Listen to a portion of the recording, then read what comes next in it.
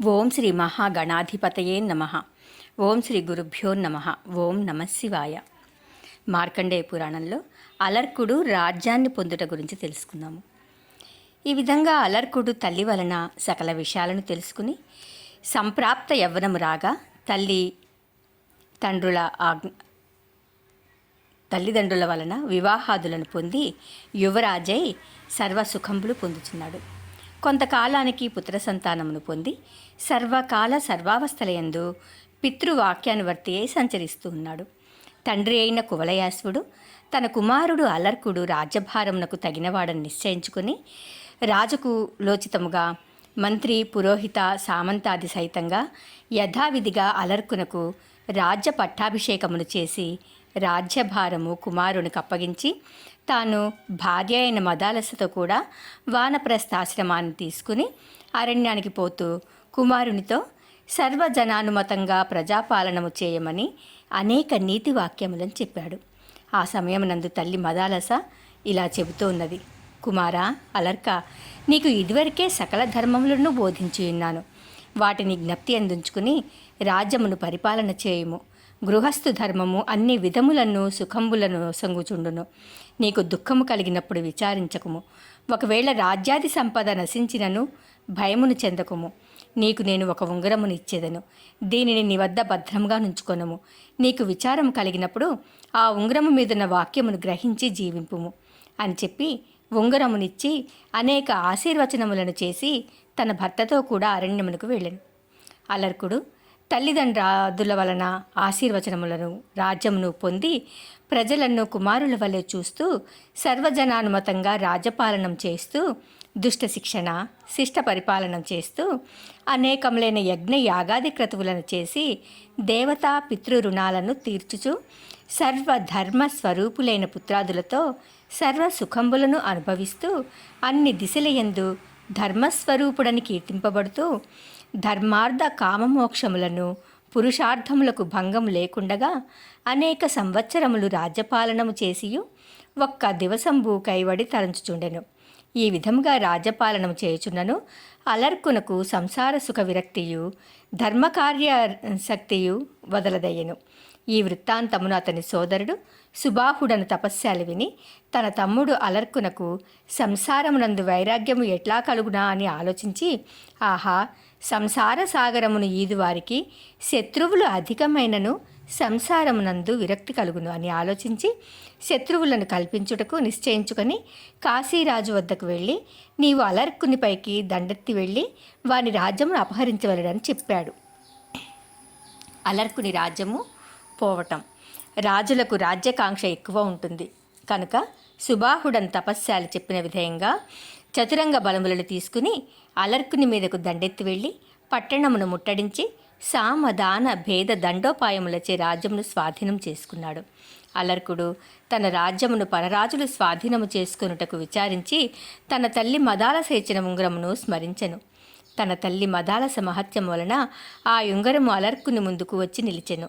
ఆ ఉంగరము మీదనున్న అక్షరములను ఇట చదువుకున్నాడు: సంగ సర్వాత్మ నాత్యాజ్య సచ్చేత్యర్తుం నసతే సస్సః కర్తస్య సవైతస్య హి భేషజం కామ సర్వాత్మనాహే యోహాతుంబేచ్ఛక్యతే నసః ముముక్షౌం ప్రతి కర్తవ్య సవైతస్యాపి భేషజం అని ఎరుగవలెను. అనగా సంగమును వదులుటకు ఇష్టం లేనివాడు సత్సాంగత్యమును వదిలి సత్సాంగత్యము అవలంబించవలను. నస్సాంగత్యమును వదిలి సత్సాంగత్యమును అవలంబించవలను. కామమును వదులుటకు ఇష్టం లేనివాడు మోక్షకామి యగుట ఉత్తమము. ఇలా చిత్రము గల అర్థమును స్ఫురించు పద్యమును చదివిన తోడనే అలర్కుడు మోక్షమును పొందుటకు సత్సాంగత్యము ముఖ్యమని తలచాడు. అలర్కుడు దత్తాత్రేయుల సంవాదం. అలర్కుడు ఆ శ్లోకాన్ని చదవగానే మోక్షమును పొందటానికి నిశ్చయించుకొని భగవంతుడైన దత్తాత్రేయుని వద్దకు పోయి ఆ మునికి నమస్కారం చేసి, ఓ దేవోత్తమా, నేను మోక్షార్థినే నీ చరణ సన్నిధికి వచ్చాను. నా దుఃఖము పోవునట్లు చేయమని పలికాడు. అలర్కుని మాటలు దత్తాత్రేయ మహాముని నరుడు విని, ఓ రాజా, నీ దుఃఖమును నేను పోగొట్టెదను. నీకు దుఃఖము కలుగుటకు కారణం ఏది కలదో చెప్పుము. నీవు ఎవరి వాడవు? దుఃఖము ఎవరిది? ఈ విషయమును ముందుగా ఆలోచింపుము. అంగములను, అంగిని సంగమును, సర్వాంగములను విచారింపుము అని పలికాడు. అవి తండ్రి అయిన శివశర్మకు పుత్రుడైన వెంకటశర్మ చెప్పి, ఓ తండ్రి వినుము.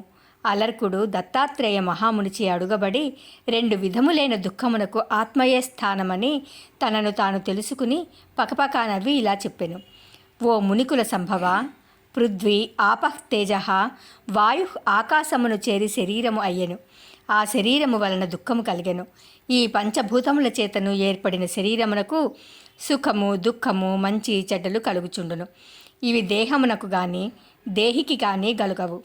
అవియు మానసిక ధర్మములు గాని శారీరక ధర్మములు కావు.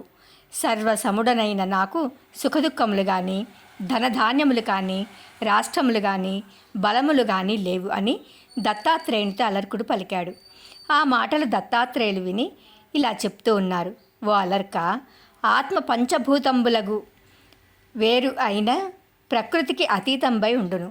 ఎలా అనగా ఆకాశము ఒక్కటిగా ఉండియు ఘటజలమునందును తటాకమునందును అనేక రూపములుగా కనపడినట్లా సర్వవ్యాప్తమయ్యున్న ఆత్మతత్వ శరీరము చేత వేరుగా కనపడును.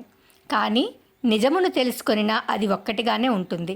ఆత్మజ్ఞానము లేనిదై కర్మలను బట్టి సుఖదుఖములు అనుభవిస్తూ ఉండును. నేను అను ముక్కను, మోహము అను మ్రాను, ఇల్లు భూములు అను కొమ్మలును, భార్యాపుత్రాదుల వలవలు, ధనధాన్యాదులు పత్రములు, పుణ్యపాపములు పుష్పములు, సుఖదుఖములు ఫలములు, సంసారమను నీటి వల్ల పెంచబడును. ఇవి అజ్ఞానము అను చెట్టు యొక్క నీడను చేరియుందురు. కావున సత్సంగమును రాతి యందు జ్ఞానమను విద్యను సానబెట్టి అజ్ఞానము అనే చెట్టును జ్ఞానము అను గొడ్డలిచే నరికిన ఎడల బ్రహ్మజ్ఞానము కలుగుతుంది. అలర్క, అహము అనెడు మొలకను పెరికి వేసిన భ్రాంతి అని తెలియను. బ్రహ్మము నీవు కావు, నేను కాదు. ఇది శూన్యమై అంతము లేనిదై ప్రకాశము కలదై పంచతన్మాత్రలు కలదై వెలుగుచుండును అని దత్తాత్రేయుల వారు చెప్పారు. అప్పుడు అలర్కుడు, ఓ విష్ణు సంభూత, పునర్జన్మము లేకుండునటల మార్గం ఏది కలదు?